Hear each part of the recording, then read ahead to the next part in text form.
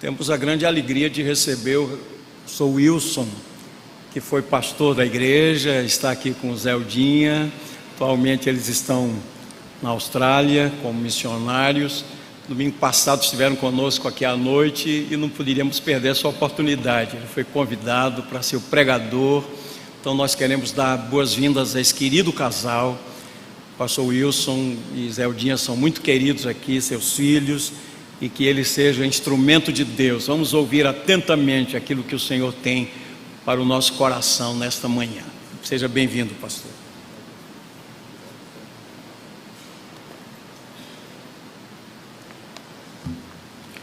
Obrigado pelas palavras carinhosas, reverendo Lutero. É uma alegria estar de volta, rever tanta gente amiga, tanta gente querida, e também ter um privilégio de poder conhecer novas pessoas. Nós estamos ali, como o reverendo Lutero mencionou, na Austrália. O nosso trabalho é de plantação de igrejas. O que aconteceu aqui nessa manhã é muito raro acontecer na Austrália. A Austrália é um país totalmente secularizado, um povo ateu, distante do Evangelho, resistente ao Evangelho, e olhar uma igreja cheia de jovens, adolescentes, crianças, jovens maduros, e pessoas de todas as gerações no mesmo lugar, louvando e glorificando a Deus, é algo maravilhoso para os nossos olhos, que há 7 anos temos visto somente, infelizmente, a igreja declinar. Eu não sei se é possível mostrar ali a imagem, rapidamente, mas essa é a nossa cidade, a nossa família cresceu. Ali nós temos Zeldinha, eu, Priscila, na frente de Priscila, Ricardo, o esposo dela, no meio Will, e agora aqui na ponta, Érica, que é a minha nora. Então, essa é a nova família lá, a nossa família, que tem trabalhado incessantemente na propagação do Evangelho lá em Sydney. Nós estamos atravessando um processo de mudança na nossa igreja também. Pode passar, por gentileza, a próxima imagem, para nós corrermos e ganharmos tempo. Aí a nossa igreja, que é a Brazilian Christian Church. Aí um momento em que estiveram lá o reverendo Roberto Brasileiro, Augusto Nicodemos e também o reverendo Davi Charles Gomes. E o novo projeto é esse aí agora, começando este ano, que é tornar a nossa igreja, em vez de ser uma igreja étnica, torná-la em uma igreja multiétnica. A nossa igreja muda de nome a partir deste ano, passa a se chamar City International Church. Os cultos não serão mais em português, como tem sido nesses últimos anos. Eles vão passar a ser em inglês, com tradução para o português. E um diferencial com relação ao que vocês têm aqui de grupos familiares. Os grupos familiares serão na língua de cada grupo que estiver na nossa igreja. Por exemplo, brasileiros falarão português no grupo familiar deles, australianos falarão inglês no grupo familiar deles. Então essa é uma visão geral, e eu gostaria de pedir as suas orações para essa nova fase do projeto que nós estamos implementando a partir deste ano. Eu, como Lutero mencionou, a minha esposa Zeldinha me acompanha, e ela tem sido um braço direito, por que não dizer os 2 braços no meu ministério? Então ela tem sido muito valorosa, me ajudando muito, e eu sou muito grato a Deus pela vida dela. Mas, querido, nós vamos abrir as nossas Bíblias daqui a um instante. Mas antes de abrir nossas Bíblias, nós vamos orar e nós vamos entender o que Deus tem para nós nessa manhã. Curva a sua cabeça comigo, por favor. Senhor Deus, nós te louvamos por esta manhã, te louvamos por o teu povo que aqui está reunido, e te pedimos pela ministração da tua palavra. Unge-nos, ó Deus, unge os nossos lábios e abençoa cada irmão, cada irmã, cada visitante que está aqui nesta manhã, que eles possam ter entendimento, compreensão clara da Tua palavra. Rogamos isso na mediação de Jesus Cristo, para o louvor e glória do Teu santo nome. Eu gostaria de começar fazendo uma pergunta a vocês. De manhã, quando você acorda, o que é que você vê?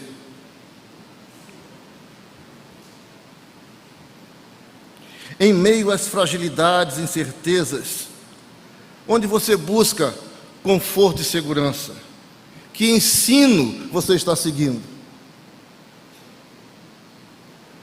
Conta-se que um homem que morava no Canadá resolveu fazer uma caminhada numa trilha. Saiu de casa, entrou naquela trilha, no meio daquela floresta, e era período de inverno. Durante a sua caminhada, ele foi surpreendido com uma nevasca. A trilha ficou coberta e perdido no meio daquelas árvores. Ele sabia que, para a sua sobrevivência, ele precisava sair dali imediatamente. Começava já a escurecer. Lá no alto daquele monte, olhando a sua cidade distante, ele percebe que entre aquele monte e aquela cidade onde ele morava, havia um rio.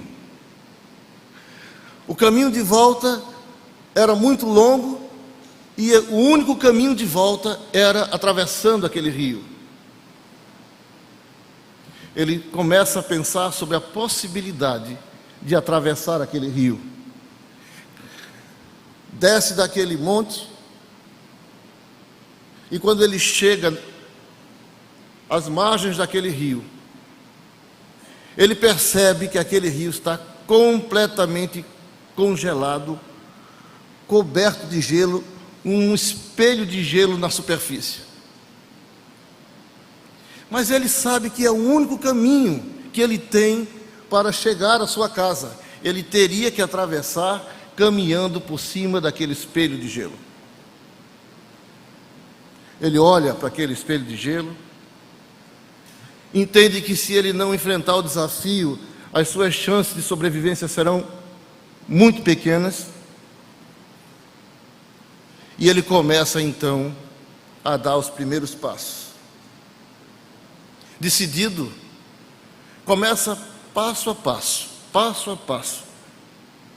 Mas de repente um temor toma conta do seu coração. E se a camada daquele espelho de gelo for fina, não for espessa, o próximo passo pode ser fatal. Quando ele pisar, aquela camada de gelo se racha e ele afunda naquela água gelada e não tem chance de sobreviver. E ele começa então andando passo a passo, lentamente. Vocês podem imaginar, queridos, aquele homem coberto com um casaco de neve, de frio, super agasalhado, ele estava transpirando.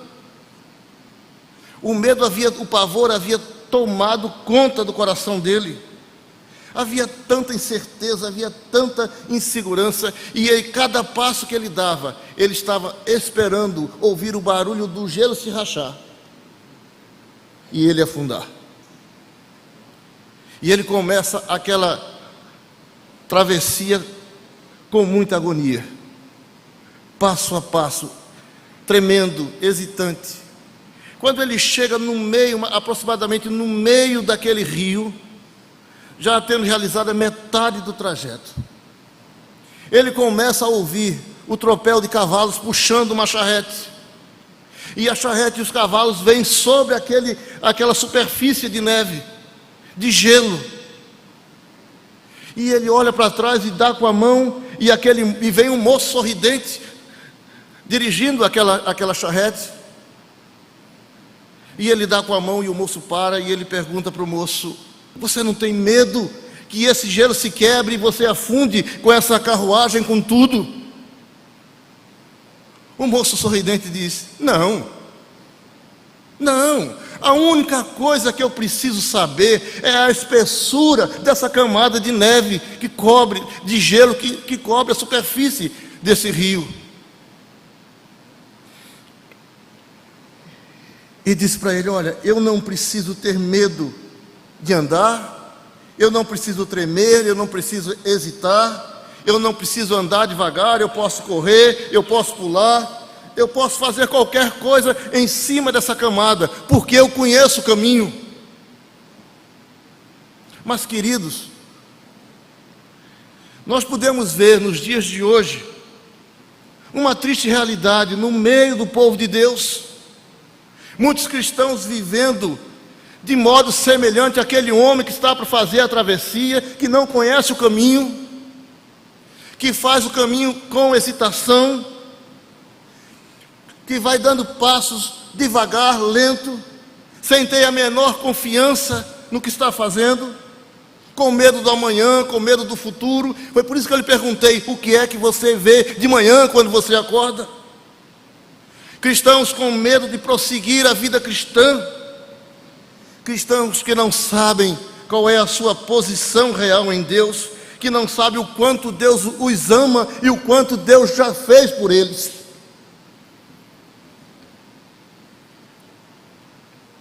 Cristãos que vivem uma vida cristã como se o fundamento da fé deles fosse extremamente frágil. É possível que haja aqui entre nós cristãos que estão caminhando dessa forma, como se a base cristã fosse extremamente frágil, como se a obra que Cristo fez na vida de cada um deles não fosse suficiente. São cristãos, queridos, que precisam de uma nova visão de Deus, uma nova visão do reino de Deus, um novo senso da presença de Deus na vida deles. É impossível viver sem essa perspectiva. Cristãos que precisam de um novo despertamento para descobrirem, ou pelo menos para entenderem quem Deus é e sobre quem eles são em Cristo Jesus. Nessa manhã, eu queria propor como tema desse sermão: ilumina, Senhor, os olhos do meu coração. Ilumina, Senhor, os olhos do meu coração, para que haja suprimento em cada uma dessas necessidades. Mas para que haja suprimento é preciso recorrermos às Escrituras para ver o que elas nos dizem, o que elas nos ensinam. Eu quero convidá-los a abrir suas Bíblias na carta de Paulo aos Efésios, capítulo 1, versos de 15 a 23. Quero pedir a gentileza ao reverendo Lutero de ler esse texto para nós.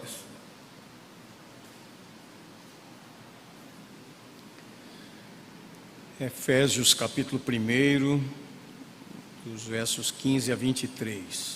Uma bela oração do apóstolo Paulo. Assim diz a palavra do Senhor: por isso, também eu, tendo ouvido a fé que há entre vós no Senhor Jesus, e o amor para com todos os santos, não cesso de dar graças por vós, fazendo menção de vós nas minhas orações, para que o Deus de nosso Senhor Jesus Cristo, o Pai da glória, vos conceda espírito de sabedoria e de revelação no pleno conhecimento dele, iluminados os olhos do vosso coração, para saberdes qual é a esperança do seu chamamento, qual a riqueza da glória da sua herança nos santos, e qual a suprema grandeza do seu poder para com os que cremos, segundo a eficácia da força do seu poder, o qual exerceu ele em Cristo, ressuscitando-o dentre os mortos e fazendo-o sentar à sua direita nos lugares celestiais, acima de todo principado e potestade, poder e domínio e de todo nome que se possa referir, não só no presente século, mas também no vindouro. E pôs todas as coisas debaixo dos pés, e para ser o cabeça sobre todas as coisas, o deu à igreja, a qual é o seu corpo, a plenitude daquele que a tudo enche em todas as coisas. Amém. Inicialmente eu gostaria de salientar o que é que o apóstolo Paulo tinha em mente ao escrever essa carta aos Efésios. A primeira preocupação do apóstolo Paulo ao escrever a carta aos Efésios era a ênfase na ação de Deus em nos outorgar a salvação. A ênfase da obra salvífica vinda da parte de Deus em nosso favor. Essa era a primeira preocupação do apóstolo Paulo. A segunda preocupação do apóstolo Paulo era a importância de uma vida cristã coerente com a nossa confissão de fé. Vou repetir. A outra preocupação do apóstolo Paulo é a importância de uma vida coerente com a nossa confissão de fé. A terceira preocupação de Paulo ao escrever a carta de Paulo aos Efésios, era a realidade, ouçam bem, a realidade da presença de Jesus Cristo neste mundo, na forma da sua igreja, que é o seu corpo e que somos nós. Paulo também tinha em mente combater falsos ensinos. Vale a pena ressaltar que nós, crentes, nos dias de hoje, temos as mesmas necessidades espirituais que possuíam os crentes em Éfeso. Nesses dias de volta ao Brasil, eu pude constatar um vasto universo de igrejas ditas evangélicas apresentando um evangelho distorcido. Um evangelho desassociado do evangelho contido na Sagrada Escritura. Então eu pensei que nós temos uma segunda pergunta, além do que você vê de manhã, nós temos uma segunda pergunta para fazermos nessa manhã. Em situação de medo e de abatimento ou de desânimo, como posso ter sabedoria espiritual e conhecimento de Deus quando sou submetido constantemente a falsos ensinos? Porque quando nós acordamos, nós temos os nossos temores, mas ao mesmo tempo, basta ligarmos nossa televisão, nosso rádio, nós vamos encontrar todo tipo de ensino herético contra a palavra de Deus, que nos deixa confusos. E a nossa fé fica muito fragilizada, porque ao invés de nos apropriarmos da verdade contida na Sagrada Escritura, nós estamos nos baseando nos achômetros, nos achismos. Nessa manhã, então, eu quero dizer para você, querido, que em situações como essa, a resposta que a palavra de Deus nos dá é que somente tendo os olhos do nosso coração iluminado é que nós teremos a resposta exata e precisa para cada uma das nossas necessidades. E esse conhecimento não é dado através da sabedoria humana,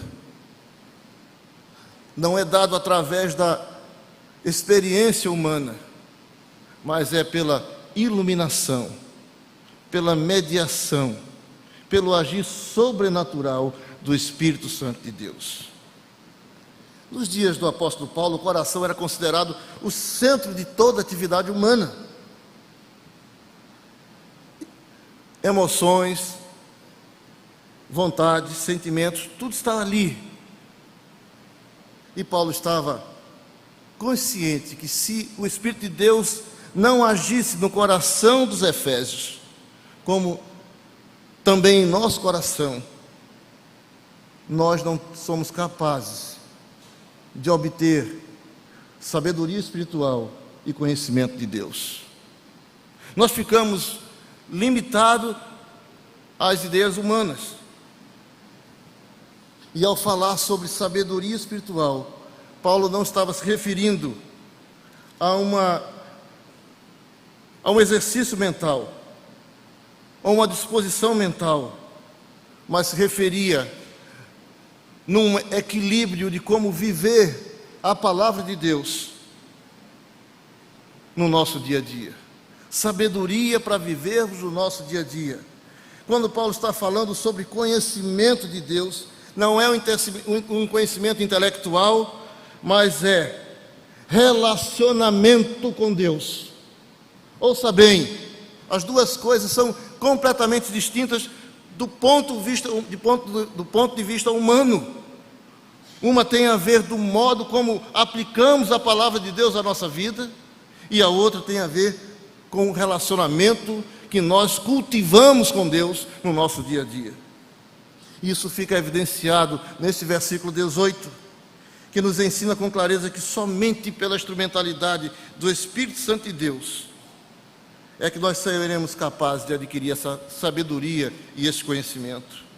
Portanto, Paulo ora pedindo que os olhos do coração sejam iluminados, para que possamos entender e ver com clareza as implicações das muitas bênçãos que Deus tem nos abençoado em Cristo Jesus. Você tem consciência disso? Das bênçãos que Deus, das inúmeras bênçãos com as quais Deus tem nos abençoado em Cristo Jesus? Quando você acorda de manhã e você sabe que seu dia vai ser difícil, você se apropria dessas bênçãos. Quando o seu coração é tomado de temor, você se apropria dessas bênçãos.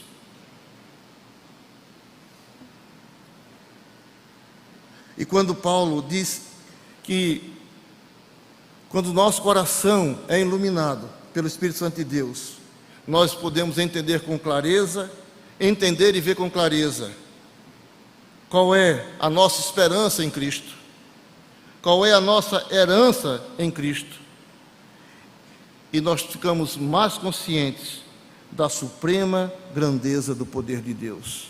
Você está consciente disso? Você consegue perceber isso na sua vida? Alguém já disse: não se pode viver aquilo que não se entende. É verdade.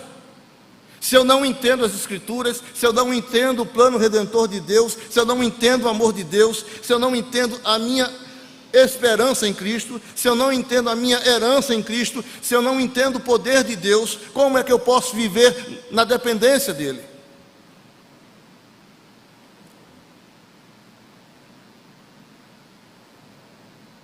Por isso que nós temos que dizer: Senhor, ilumina, Senhor, os olhos do nosso coração, para que saibamos qual é a nossa esperança. Querido, Paulo enfatiza claramente esses três ensinos, essas três verdades: a nossa esperança em Cristo, a nossa herança em Cristo e a grandeza do supremo poder de Deus. Quando olhamos para nós mesmos, nos olhamos como herdeiros em Cristo. Quando olhamos para nós mesmos, temos a convicção de que Cristo vive em nós. Quando você acorda de manhã diante de um problema, diante de um temor, diante de uma insegurança, você tem a convicção, você tem a esperança de que Cristo habita em você. Ou o seu problema, a sua incerteza, o seu medo, o seu temor é maior do que aquele que está habitando em você.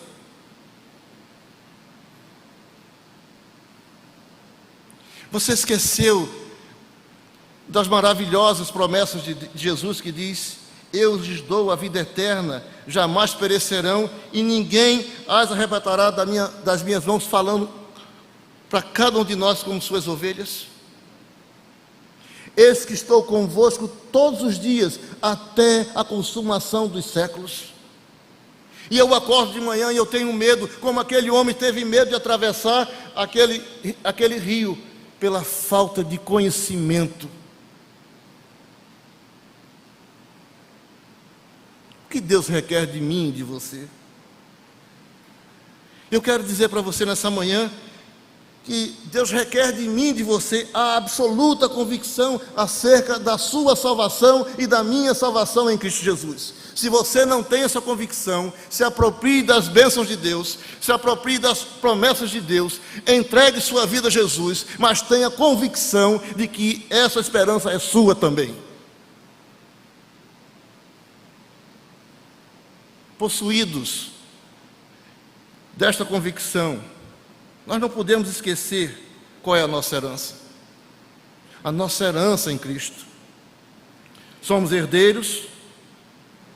Deus tem nos dado tudo. Você, por algum momento, esqueceu que Deus já deu a você a imortalidade? É curioso que a gente nunca lembra disso. Você, por algum momento, esqueceu de que você e eu temos eterna comunhão com Deus. Esquecemos disso com uma facilidade tão grande. E às vezes, desculpe, quando estamos com alguém enfermo, esquecemos desse aspecto, da imortalidade que Deus já nos deu e da eterna comunhão que temos com Ele.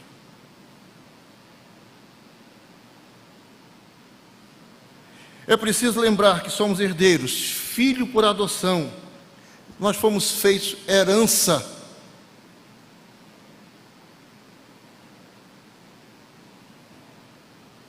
Precisamos lembrar que Deus tem nos dado tudo. E 1 Pedro diz assim: visto como pelo seu divino poder nos tem sido doado todas as coisas que conduzem à vida e à piedade, pelo conhecimento completo daquele que nos chamou para a sua própria glória e virtude, pelas quais nos têm sido doadas as suas preciosas e muito grandes promessas, para que vos torneis co-participantes da natureza divina, livrando-nos da corrupção e da corrupção das paixões que há no mundo. Deus tem nos dado tudo. Talvez você diga: pastor, você está falando isso porque você não sabe a minha tentação. Você não sabe que quando eu ligo a TV, o que é que eu gosto de ver no canal a cabo? Ou quantas horas eu passo na frente do meu computador com o peso de estar vendo constantemente sites pornográficos? Mas se Cristo nos deu, se Cristo habita em nós, e como o próprio texto acabou de nos ensinar agora, que tudo tem sido nos dado para que possamos nos livrar da corrupção, das paixões que há no mundo, nós não precisamos temer, nós temos que recorrer a este Deus que é todo-poderoso. Quando pensarmos que estamos sós diante das lutas e das dificuldades, precisamos lembrar do texto que a palavra de Deus nos ensina em Romanos: quem nos separará do amor de Cristo? Será tribulação, ou angústia, ou perseguição, ou fome, ou nudez, ou espada, ou perigo, ou espada? E a resposta diz: eu estou bem certo de que nem a morte, nem a vida, nem anjos, nem principados, nem as coisas do presente, nem do porvir, nem poderes, nem altura, nem profundidade, nem qualquer outra criatura poderá separar-nos do amor de Deus que está em Cristo Jesus. É assim que você acorda na segunda-feira, quando você sabe que tem aquela promissória para vencer, quando você sabe que a sua empresa está despedindo as pessoas, e você olha somente para esse lado ruim, para esse lado que nos faz sofrer, ao invés de você se apegar às promessas de Deus. Ao invés de dizer: Deus, abre os meus olhos, abre os olhos do meu coração para que eu te veja, para que eu tenha uma nova visão de quem tu és, do teu reino, senso da tua presença comigo todos os momentos da minha vida. Desperta o meu coração para eu saber quem eu sou e quem tu és. Mas, queridos, onde Deus requer isso de mim? Eu quero dizer para você, querido, que Deus requer que tudo isso esteja na minha mente, mas principalmente no meu coração, para que, quer em casa, quer no trabalho, quer na escola, quer na universidade, quer na academia, eu possa me lembrar que não existe nenhum lugar sequer no universo que não esteja debaixo do senhorio de Cristo. Não existe um lugar sobre esse mundo, sobre a face da terra, debaixo da terra, em todo o universo, que não esteja debaixo do senhorio de Cristo. E você é herdeiro, você é filho por adoção, você não precisa temer. Não seja como aquele homem que estava atravessando aquele rio e não consegue atravessar com coragem, porque tem desconhecimento da base aonde está. Mas qual é a base da sua fé? Em que você tem se apoiado? E quando nós conhecemos, querido, a nossa esperança em Cristo, a nossa herança em Cristo, nós precisamos nos apropriar, precisamos conhecer também a suprema grandeza do poder de Deus. O texto aqui é tão claro. Primeira coisa que ele revela é que Deus demonstra o seu poder ao ressuscitar Cristo. Ressuscitando dentre os mortos e fazendo-o assentar à sua direita nos lugares celestiais. Ele é poderoso para fazer infinitamente mais do que nós pedimos ou pensamos. Por que precisamos acordar na segunda-feira com medo da segunda-feira, com medo da semana? Precisamos lembrar, querido, que o poder que habita em nós é o mesmo poder da ressurreição. Eu mencionei no início que Paulo, dos ensinos do apóstolo Paulo, um dos propósitos era lembrar da presença de Cristo no mundo, na forma da igreja. E o poder que opera na igreja é o poder da ressurreição. Mas quem é a igreja? A igreja não são essas paredes, essa igreja sou eu e você. Essa igreja tem carne e osso, chora, se alegra, mas é cheia da presença de Deus quando buscamos a presença de Deus.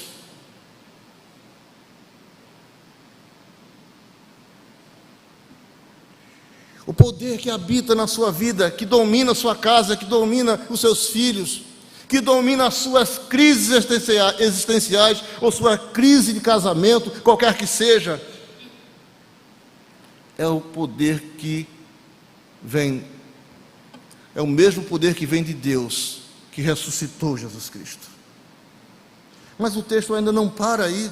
O texto diz que Deus colocou ele acima de todo principado e potestade, domínio e poder, e de todo nome que se possa referir, não só no presente século, mas também no vindouro, e pôs todas as coisas debaixo dos pés, para ser o cabeça sobre todas as coisas, o deu à sua igreja, a qual é o seu corpo, a plenitude daquele que tudo enche.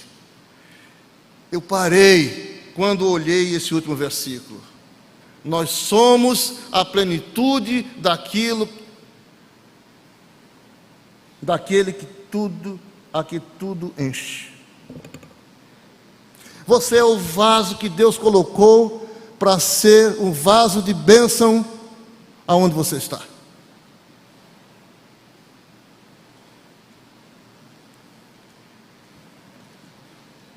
O domínio do Senhor é sobre tudo e sobre todos.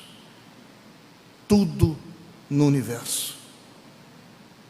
De que tamanho é o seu problema? De que tamanho é a sua aflição? De que tamanho é o seu medo? A angústia do seu coração? Em nome de Jesus, declare isso terminado nessa manhã. Não volte para casa com medo, como se você tivesse medo de enfrentar o resto da sua vida, os seus dias vindouros. Não seja como aquele moço que ali, passos lentos, vagarosos, emperrados, sem poder prosseguir para onde ele precisava prosseguir, porque ele não tinha o conhecimento suficiente para caminhar naquele lugar. Você foi salvo por Jesus Cristo. A obra que Cristo fez na sua vida, ninguém pode fazer, é insubstituível. Só foi feito uma vez, não precisa outros sacrifícios. Abra bem os seus ouvidos, queridos. Não precisa outros sacrifícios. O sacrifício foi único, perfeito na cruz, agradável a Deus.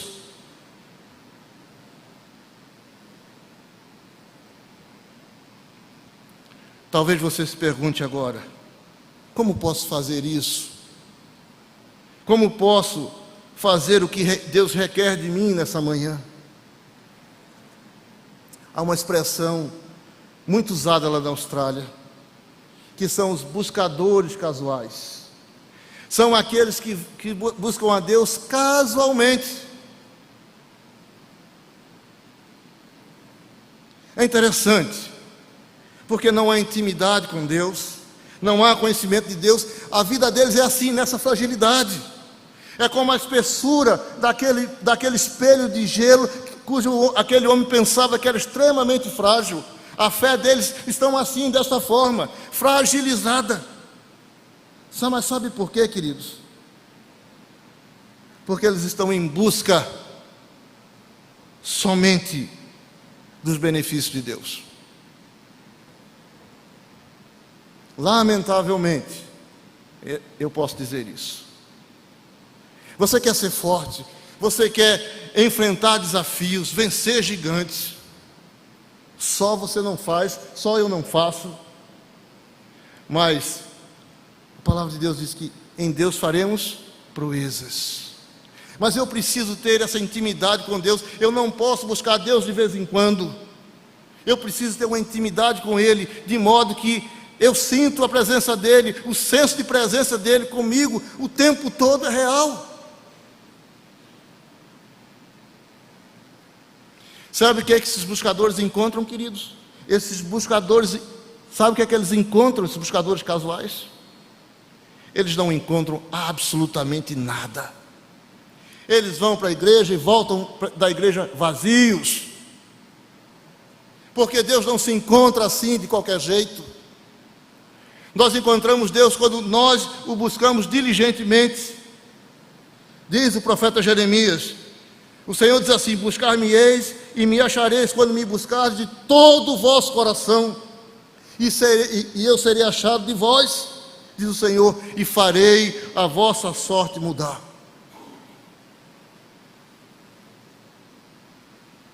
Não se estresse com o que eu vou dizer, mas é preciso menos tempo na frente da televisão, menos tempo na internet, menos tempo com aquilo que nos distancia de Deus, e mais tempo na presença de Deus. É assim que nós vamos ter conhecimento de Deus e sabedoria espiritual. Não vem por osmose. Eu ouvi falar, a bênção estava ali. Não vem, não vem, não vem, não vem. Como posso fazer o que Deus requer de mim? Não buscando um Deus qualquer. Cuidado para não ser iludido. Não busque um Deus qualquer, busque um Deus vivo e verdadeiro. Busque o Deus Todo-Poderoso. Viva uma vida cristã cheia de esperança, num mundo vazio, desprovido de esperança. Se aproprie das promessas de Deus e descanse no poder de Deus. Seja um cristão mais dependente de Deus. O pastor Sávio pregou isso aqui domingo à noite. Dependa dele. Dependa dele. Mas eu quero fazer mais uma pergunta, e a última pergunta. Quando você acordar amanhã para enfrentar uma nova semana, o que seus olhos irão ver? Você ouviu a palavra nessa manhã. A minha pergunta é: como é que você vai enfrentar amanhã, segunda-feira? Quando você e eu acordarmos amanhã, vamos iniciar a nova semana com uma nova perspectiva de vida, sem medo do amanhã, sem medo do futuro. Vamos acordar feito aquele moço da charrete que vinha puxando os cavalos, correndo sobre aquele bloco de gelo. Ele não tinha hesitação, ele não tinha medo, porque se nós pudéssemos parafrasear no sentido bíblico, ele pode dizer: eu sei em quem tenho crido.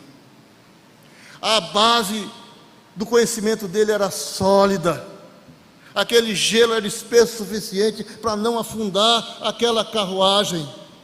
Mas o que nós precisamos é tomarmos posse de tudo isso que ouvimos hoje e aplicarmos na nossa vida. Vamos iniciar o dia dizendo: eu sei em quem tenho crido. Quando você e eu acordarmos amanhã de manhã, vamos acordar com uma nova visão de Deus, um novo senso da presença de Deus em nossas vidas, confiantes, sabendo que quem fez a promessa é fiel para cumpri-la. Querido, eu gostaria que você acordasse amanhã dizendo assim: a minha fé está firmada no Senhor. A minha fé não está firmada em nenhuma outra base, mas no Senhor. Há um texto lá em Hebreus, eu quero só mencionar, nós não vamos falar dele.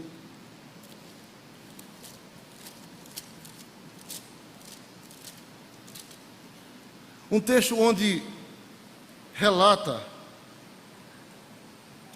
os heróis da fé. E o texto diz assim, que Moisés, pela fé, apenas nascido, foi ocultado pelos seus pais durante 3 meses, e viram que a criança era formosa, e não ficaram amedrontados com o decreto do rei.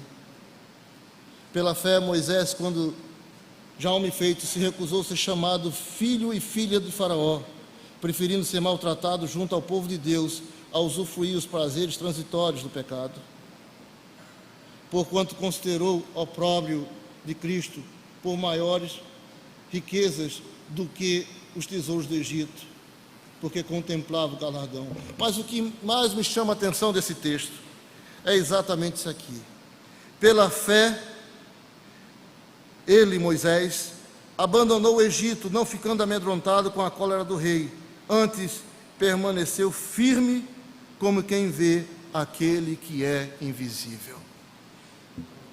Ah, querido, acorde amanhã de manhã firme como quem está vendo aquele que é invisível. Ninguém está vendo, mas você está vendo. Com seus olhos espirituais, Deus está presente na sua vida, Deus está presente na sua casa, Deus está presente na sua crise, Deus está presente nos seus temores. Eu estou vendo com os olhos da fé aquele que é invisível. E quando eu fizer isso, eu posso ter esperança para todos os dias. Eu não tenho mais o que temer.